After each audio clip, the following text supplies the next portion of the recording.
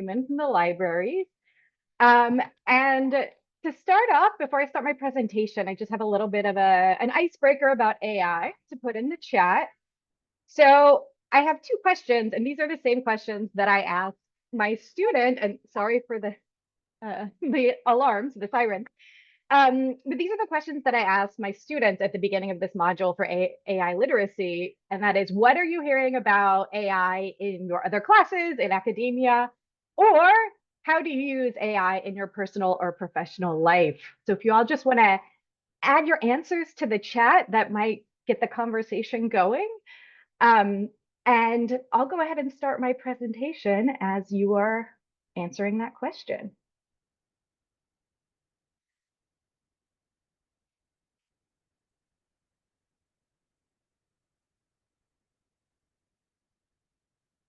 Okay.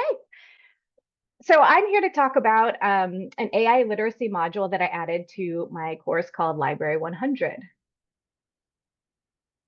And so just to give some context, my course is a 1-credit freshman level course. We have 25 students. I co-teach with my colleague in the library, Sarah Ward, and this is a totally asynchronous online class.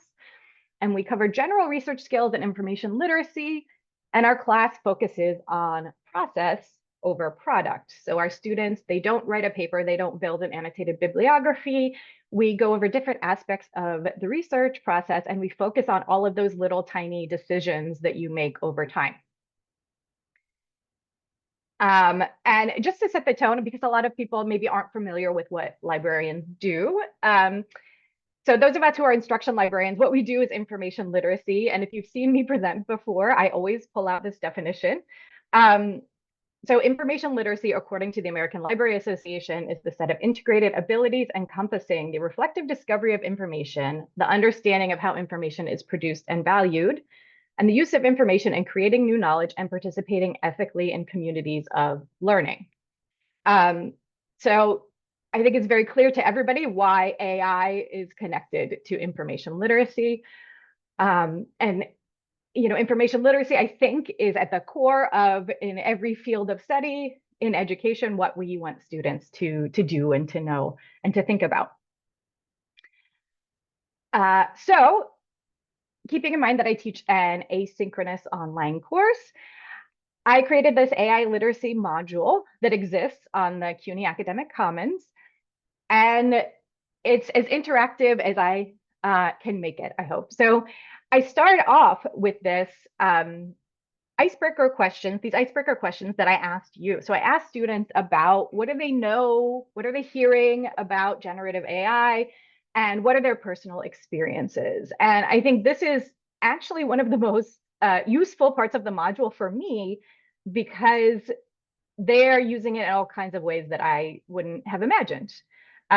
So I can share an anonymized version of this Padlet later, but students say that they really like AI to make study guides. They really like to use AI to plan vacations, to create itineraries. They really like to use AI for advice. Several students said they use AI for like workout routines or diet plans.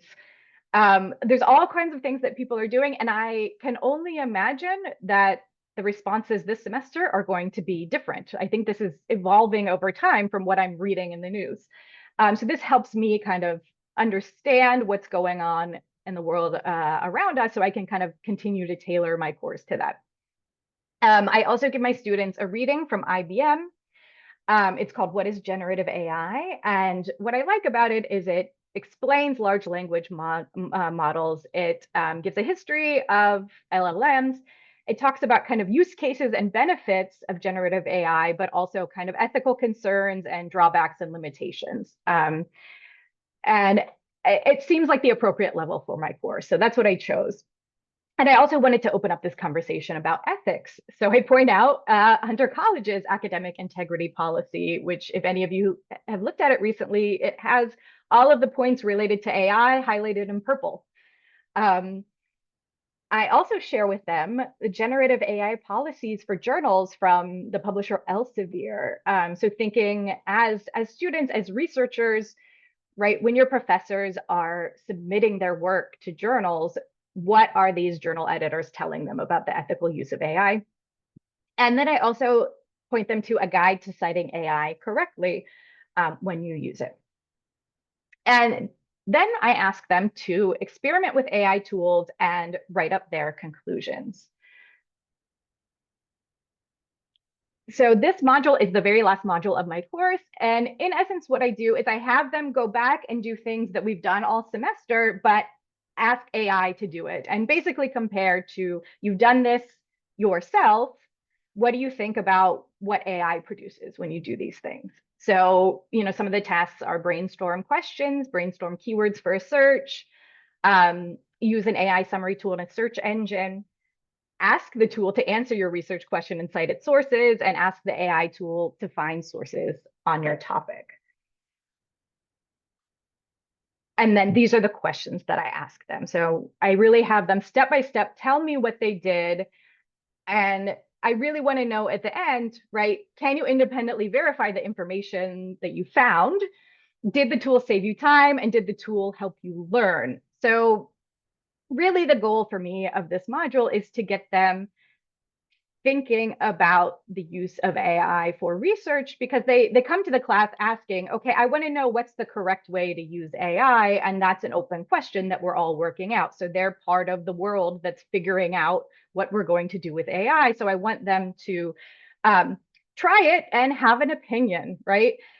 And, some results come up that, I feel like maybe the student's conclusion is not the conclusion that I would have made. So a good example might be, a student wanted to look up sources on, I believe it was something like, students' mental health and screen time, something like that. And, the student said, oh, I asked ChatGPT and it gave me these 3 sources and I looked them up and they're real sources, but all 3 of those sources were from 2007 and 2008. And so, that opened up the conversation of, okay, in the field of psychology, what is the standard? What is the norm? Which is the same question we would have if the student went to a database. It's the same conversation that we have, right?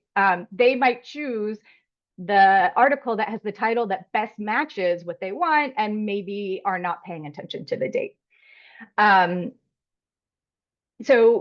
So I have to say the conversations are very similar to the same conversations we have when the students do the work themselves.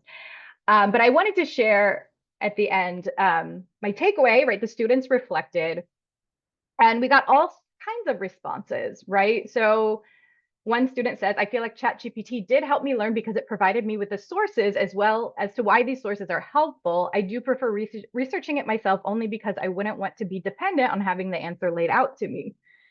One student said this tool did not help me learn. It just gave me the information I was looking for.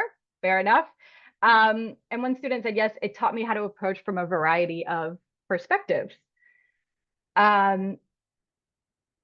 This was a really prescient takeaway from one student who says, one con of using artificial intelligence for research is that it may lead people to abandon independent thinking, as AI often generates similar responses on the same topic. If individuals do not challenge themselves to think more deeply, the content produced by everyone could be remarkably similar. So this is what I was really hoping for, is for students to, develop their own, if they haven't already, their own reaction to AI and their own thoughts on how and why they want to use it, or how and why they think others should use it. And there were some problems, one of which, when I asked the students at the end to kind of list some pros and cons of AI use, and one student responded that AI eliminates bias, which was the opposite of what the reading from IBM says, right? So we had to kind of, address that. Like, is that really true? And I think my impression is that a lot of students reacted by saying that using AI to brainstorm gave them many different perspectives. So I think that's where the idea of thinking that it's not biased comes from, because it might give multiple ideas. But that does make me aware that this conversation about bias has to be a little bit more nuanced. And I'm going to leave it there, and I can share my slides at the end, which also links to some anonymized versions of these Padlets, if others would like to see what Hunter students are saying about their experiences with AI. Thank you. Amazing. Thank you so much. So good. Edgar, go for it. Hey, thank you so much. I'm going to give you the perspective from the CS Education program. I'm Edgar Troudt. I direct the CS Education program for the School of Education. And I'm going to answer the same question that everybody is answering. How do I design Gen AI resistant assignments? My answer is not going to be exciting because it's what you've heard from Jennifer and others, that we really have to articulate and value the process as well as the final result. And so my programming projects really do have this structure. The projects are built with several stackable goals, and in order to get to goal 3, you need to have finished goal 2. For each of those goals, you need to have a runnable test program and demonstrate, yes, I've gotten this goal complete. This keeps a student from going from the beginning of the project to the end of the project without thinking and just using a tool. You might say, wow, I'm glad you redesigned all of your assignments for the age of generative AI. I didn't. This actually is really conducive to my course goals. I want students to understand that programming is an iterative process. And at every step, you need to check your work and make sure it works so that you don't cascade a problem down the line.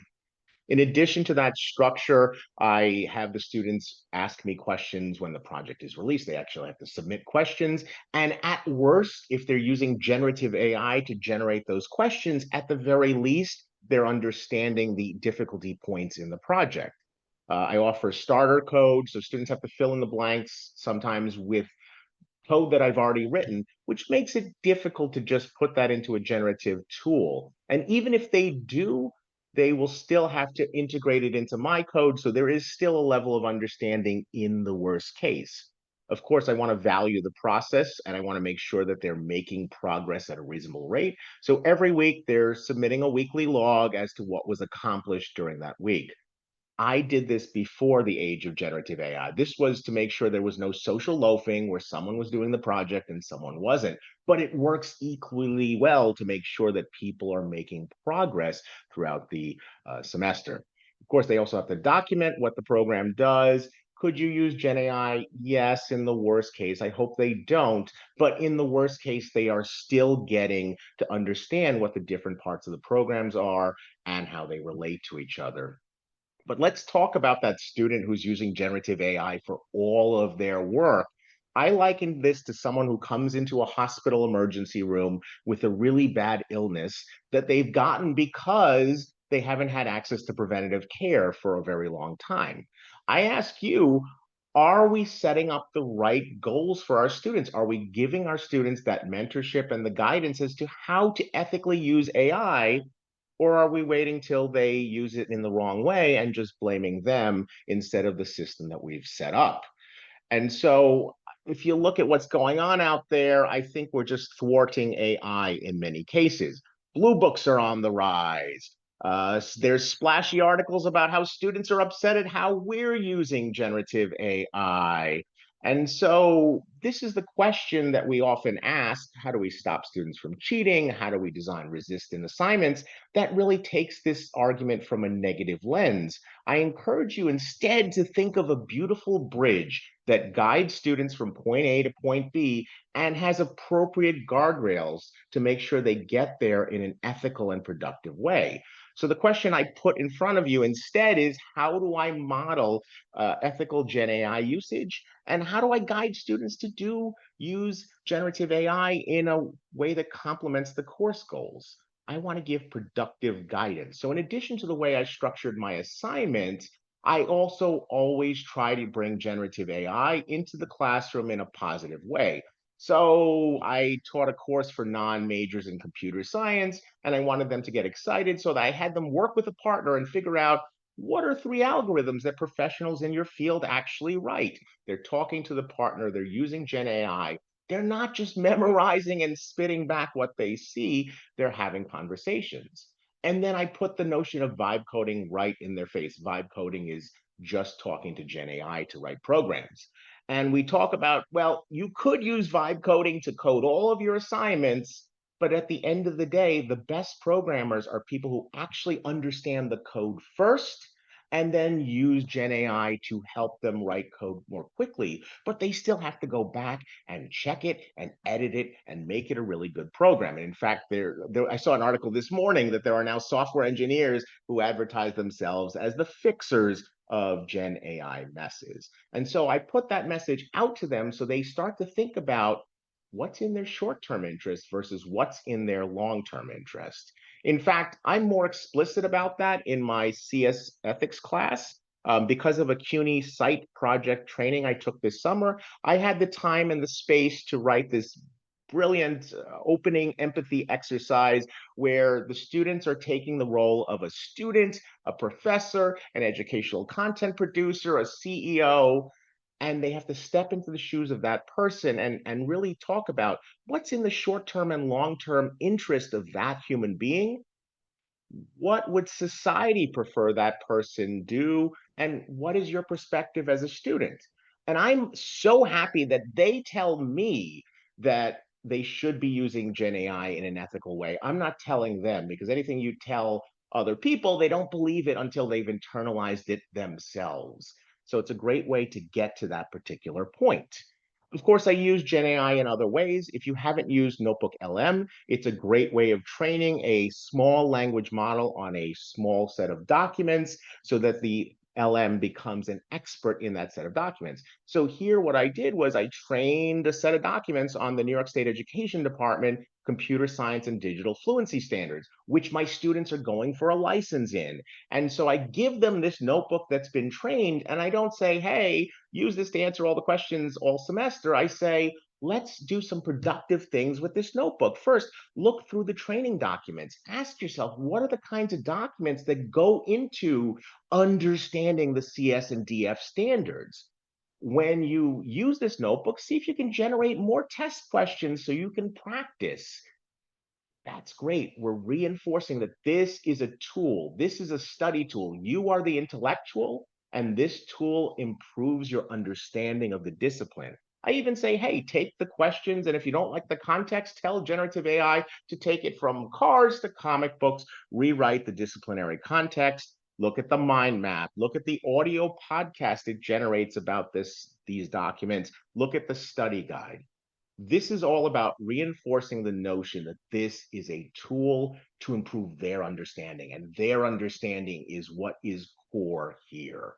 And so this happens throughout my courses. Many of my courses start with a 5-minute pairwise exercise where the students have to explain to each other the concepts that we covered in the previous class. And if they can say it in a sentence, wonderful. And they're always encouraged that if they're stumped, use Gen AI. First, your intelligence matters, but if you don't know something, this is the place to get more knowledge.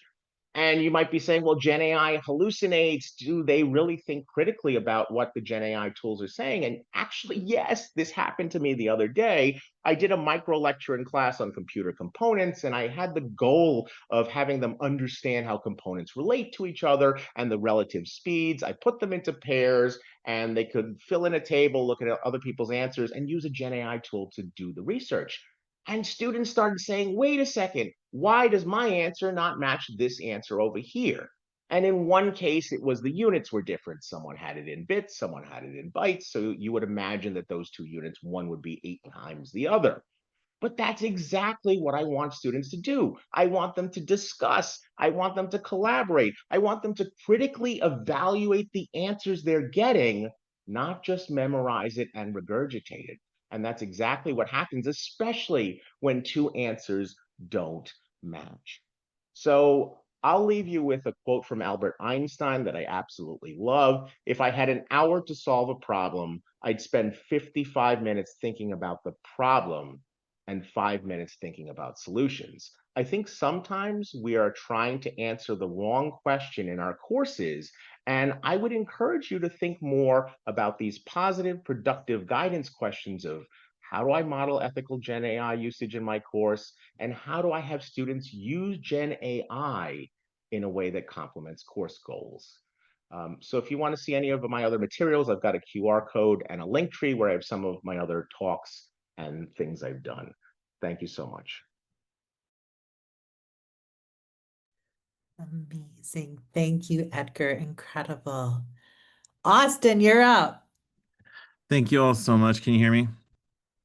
Great. Yeah, this has been great. And I think like both Jennifer and Edgar, like I'm thinking about this in terms of process rather than product. And I wanted to talk with you, like share with you all today a little bit about something that's been kind of a process for me the first couple weeks of the semester. And that relates to AI in my classes, and maybe in in an unlikely way, which is or through an unlikely way, which is to talk about rubrics. Um, but just for a little bit of context, like so I teach in the English department, and in fall I pretty routinely teach 3 courses of English 120. Probably some of you are familiar with English 120, but it is Hunter College's freshman composition course.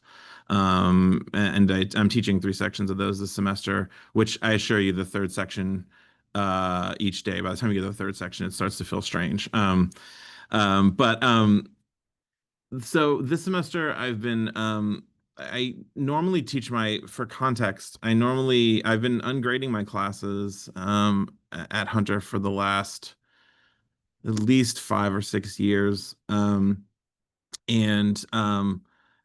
I often teach English 120 just by my own choice as a class that is kind of a meta educational class that's framed around the idea of thinking about cultures and institutions of education, which I think for me anyways is something that resonates pretty across the board with students and is relevant for freshmen coming in to their first college experience.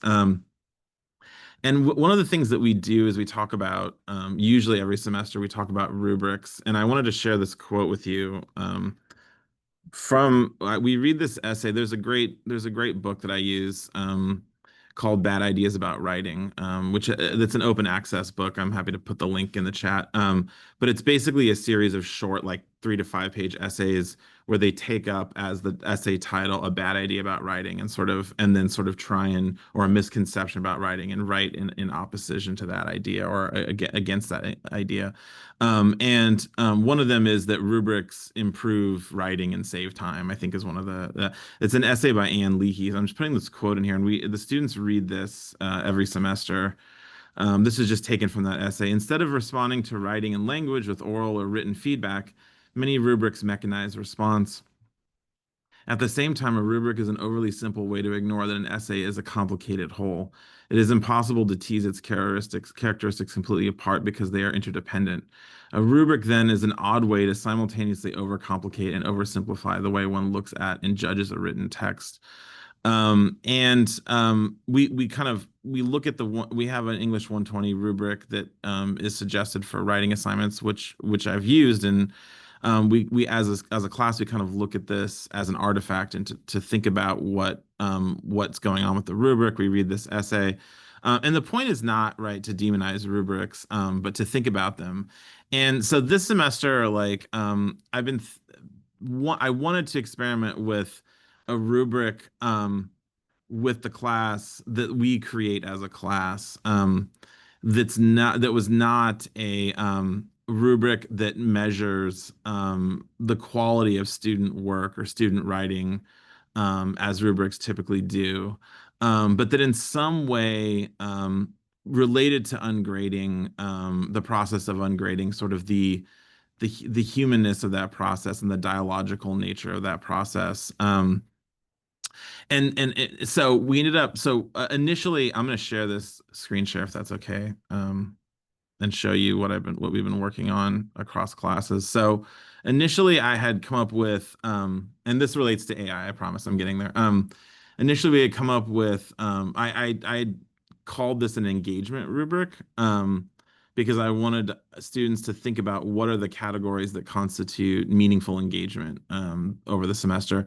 I quickly I know some people do this. Like I know Susan Bloom has an engagement rubric. I haven't seen hers, but I sort of found the language to be still kind of, it boxed us in a way that I didn't like. I found an example of an engagement rubric from like Ferris State University, which is like a public university in, I think, Michigan or something. And it was okay, but there was a lot of language of like, you're excellent, you're engaging in an excellent way if you show up to class on time, focused, prepared. And so we looked at this together, and the students and I were like, I'm like, what is it? Does that really matter as a teacher? Do I care that you show up every single time to class on time, et cetera? So anyways, in conversation with this, we kind of we drifted towards this idea of authentic learning. And I decided to change the name of the rubric to an authentic learning rubric. So I'm just going to read this quick description. Kind of came out of the readings that we've been doing so far. And we also kind of talked about this in class, and I'm recording ideas that students are offering and then kind of working it into a document that is kind of evolving and changing. So here's the description we have. The purpose of this rubric is to determine some basic categories of authentic learning. What constitutes authentic learning, quote unquote, for you? In Schoolishness, and this is a book by Susan Bloom, where we're going to read just a couple of chapters over the semester. In Schoolishness, Susan Bloom writes that we will never attain genuine, full-fledged authenticity. We always compromise for a variety of good reasons. Nonetheless, when people experience authenticity, they feel motivation and meaning.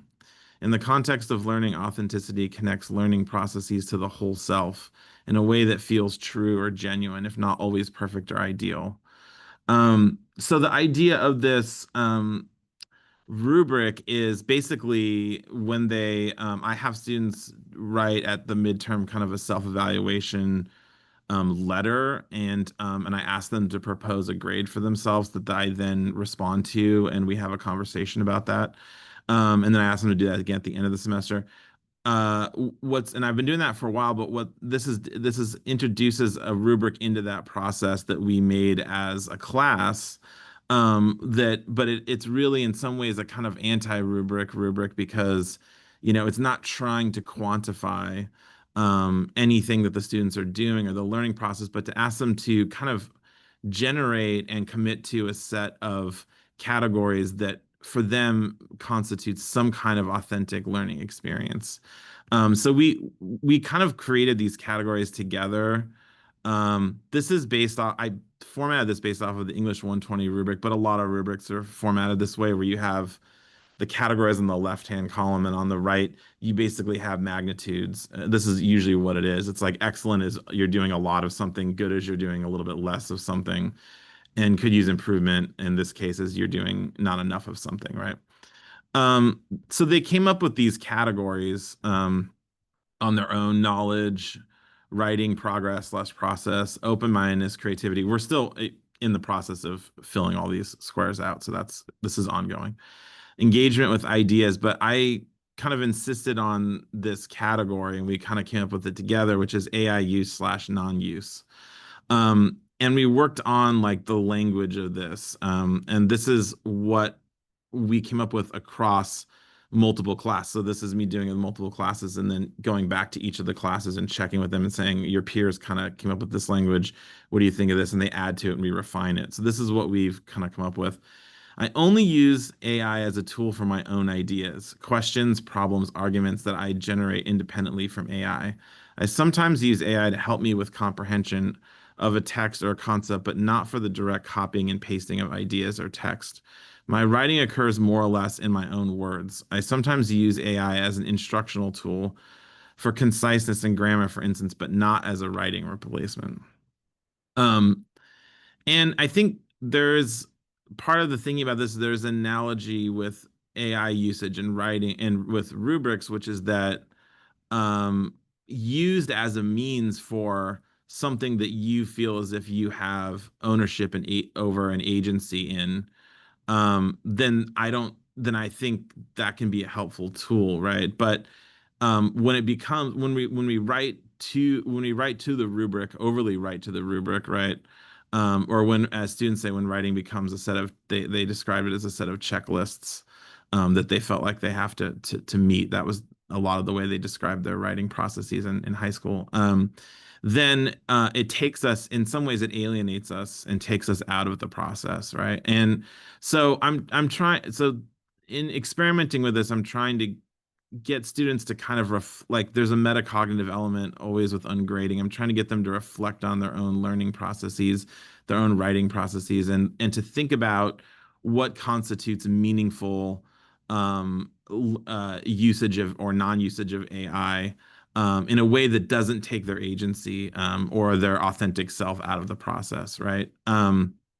Authenticity, of course, is a problematic word, right? And I get that, but do they feel as, but I guess the idea here is that do they feel a connection to their own writing and as if their writing is something that belongs to them, right?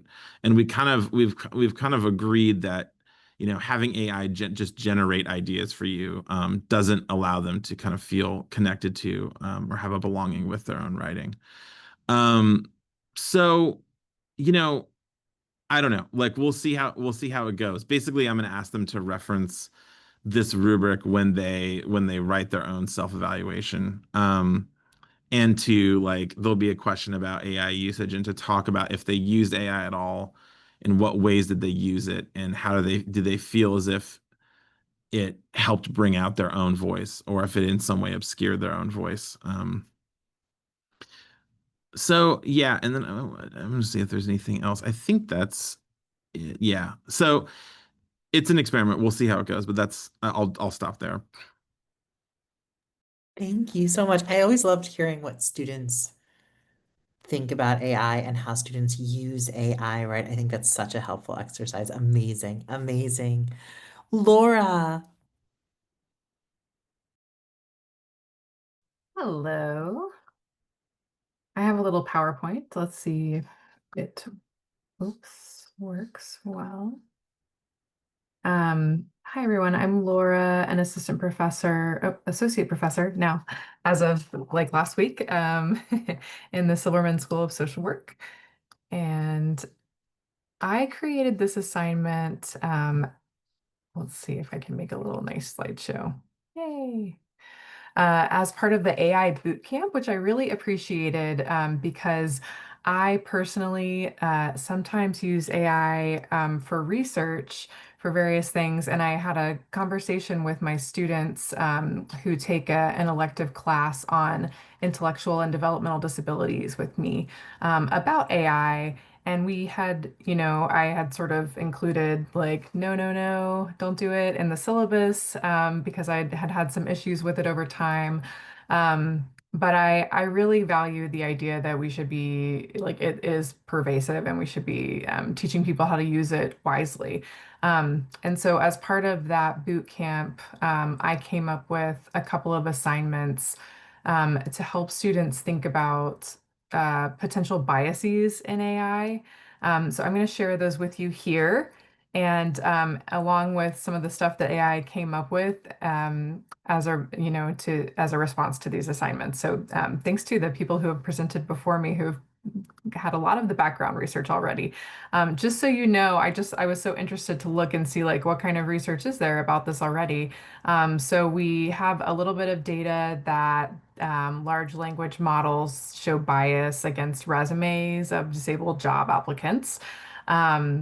One study like asked LLMs to generate a bunch of like descriptions of people basically.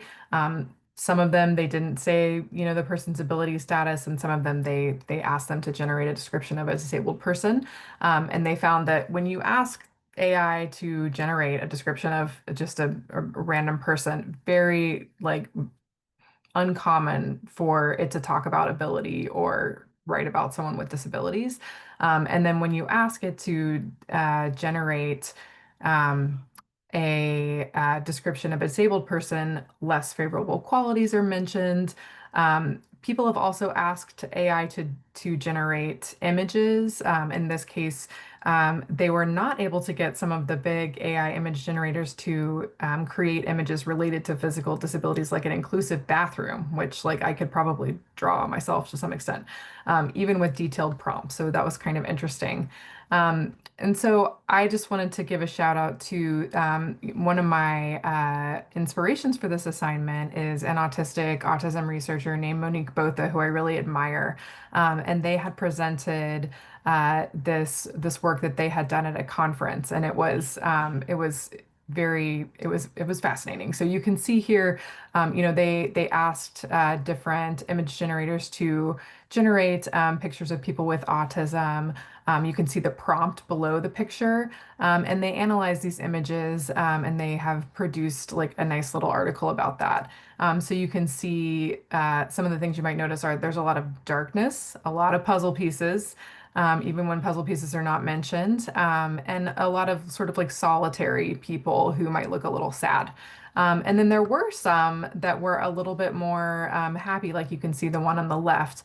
And they had sort of attributed this to some of the discourse around neurodiversity affirming, approaches, and this idea of lighted up gold. Like they noticed a lot of these pictures had sort of like a gold or orange element, and that is kind of a movement addressing sort of like trying to depathologize autism in a way and increase awareness without sort of the medical model pathologizing. So interesting. So I created this assignment. My idea was like maybe Monique will come and like give a little video or talk to my class about what they found. So I'll just take you through this assignment really, really quickly. So the idea here is that I want my students to develop some critical thinking about the role of bias in AI tools, talk about how AI represents disability and specifically IDD, since that's the area I teach in, intellectual and developmental disabilities. And then think about like, is this information accurate? What are the ethics of using it? And so one of the things that we're trying to teach here, right, is like sort of how to engineer prompts. So you can decide whether I'm good at this or not, because you'll see a couple that I engineered. But the first ones were asking sort of like, what are the misconceptions that, people might have about autism is the condition I used? How does society fail people with autism? And I have to say, let's see, okay, and then there's like an evaluation of responses in terms of accuracy. What are the stereotypes present? Does this seem to be sort of like basically in line with social work values like inclusive, respectful, person-centered, dignity, self-determination, all the sort of themes that we're learning about in class? How does this response like square with those? Are there key perspectives that are missing, like intersectionality or self-advocacy, etc.? Like what are the risks for harm? So just write a reflection basically based on that. So I wanted to just show people what I haven't like rolled this out for my class yet. So I wanted to show people sort of like what was generated when I asked, and I was very surprised by this. Oh, here's the rubric. I really loved, Austin, what you said about creating a rubric. I actually used AI to create this rubric. Oh, no. But it was, sort of like a helpful starting point. I just wanted to I guess, out myself there. Um, so I gave it this prompt first, and I'm used to saying like I'm a psychology researcher or a social work researcher or something. So I said I'm a master's level social work student. What are some misconceptions? And I was actually pretty impressed with the accuracy of these. And I also just wanted to show that I think there was some incorporation of some fairly like new or cutting edge ideas, or at least ideas that I wasn't necessarily expecting. So you can see here that AI is able to say that autism is not caused by bad parenting or vaccines. It's lifelong. Um, the savants are very rare. And I think what I have highlighted here is this idea that people can mask autistic traits, but this is like very exhausting and linked to burnout. I was impressed that AI was able to come up with that. I guess maybe there's been a lot of conversation about it. Autistic people may feel deeply and do have empathy, of course. And it even was able to sort of say like not everyone's diagnosed in childhood, and to call out some populations who are have less access to diagnosis. Um, I was curious what I have. So we have Chat GPT like 5.0. This is what Gemini produced. It was like a little bit more A little bit less like sort of cutting edge, like maybe drawing from less of like the autism. Sorry, this is like just moving. Drawing from less of the discourse, but still like, there's the myth that autistic people don't want friends or lack empathy, don't experience the full range of emotions, that kind of thing. How does society fail people with autism? Again, I thought this was pretty decent, what it came up with. There's a piece here about masking and the fact that people should be able to engage in like their behaviors that keep them comfortable and regulate them, stemming, including autistic voices in research, program design, policy, and this idea of like neurodiverse perspective. So Gemini, pretty similar. You can see that it went through basically all the things that you would sort of expect for it to call out if you were looking at the research. How could you as society better support people with autism? I think these are all pretty decent. Shift research dollars towards quality of life, not just cures, is really big. Gemini, pretty similar. We went through healthcare as one of the areas that it pulled out. So improving provider training, expanding coverage, creating accessible environments. Like as someone that's talking to people about pregnancy experiences right now, I think these are all pretty square with what I hear about. And then, what are the most important research questions to achieve these aims? That was one assignment that I came up with. Another idea was educating clients about IDD. And here I ask about, I decided to choose cerebral palsy as one because cerebral palsy is pretty complex. Like there's a wide range of people. I don't know if I'm at time. Tell me if I am, Gina, will you? And Christina. Is very complex. So I was curious, like, in class we teach things like cerebral palsy, continues over the whole lifespan. As adults, people are not getting enough services. There's sometimes because bodies move differently, then maybe there's like restricted range of motions and things like that. There can be more pain as adults, and we need a lot of like physical therapy and services. There's not as much about relationships and things like that. So, sorry about that.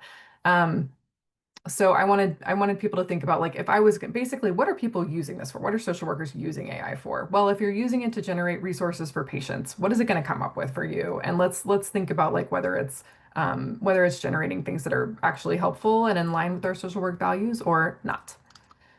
So choose a condition, use AI. Here are some potential prompts for you. Fact check the information, and analyze alignment with social work values, reflect, just a short reflection.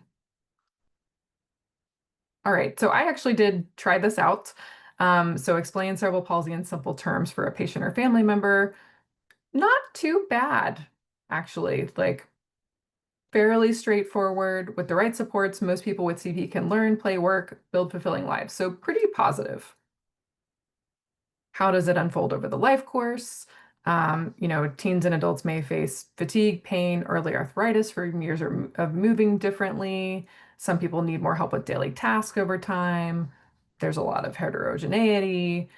We need good physical therapy, etc. So I would say, like, I usually have people with CP come to my class and talk about it. And a lot of this is pretty in line with what they might say. How can social workers support an adult with cerebral palsy? Promoting autonomy, advocating for workplace accommodations, et cetera. So I thought actually, I don't know what's happening here. I thought that that it did a pretty decent job, although none of these are very detailed, of course. And I would be curious, if students were to go in and ask for actual recommendations. I think that one of our problems as psychologists and social workers is that our reports don't really have great recommendations for people in them already. And so maybe AI could help with this, but I maybe it would be very unhelpful. I would be interested for students to dig into that more, and maybe like sort of write a recommendation, piece of a report or something. So that is my presentation about those assignments about bias. Thanks. I love that. Thank you, Laura. It's so interesting to hear how it's used in all different disciplines and how assignments look different too.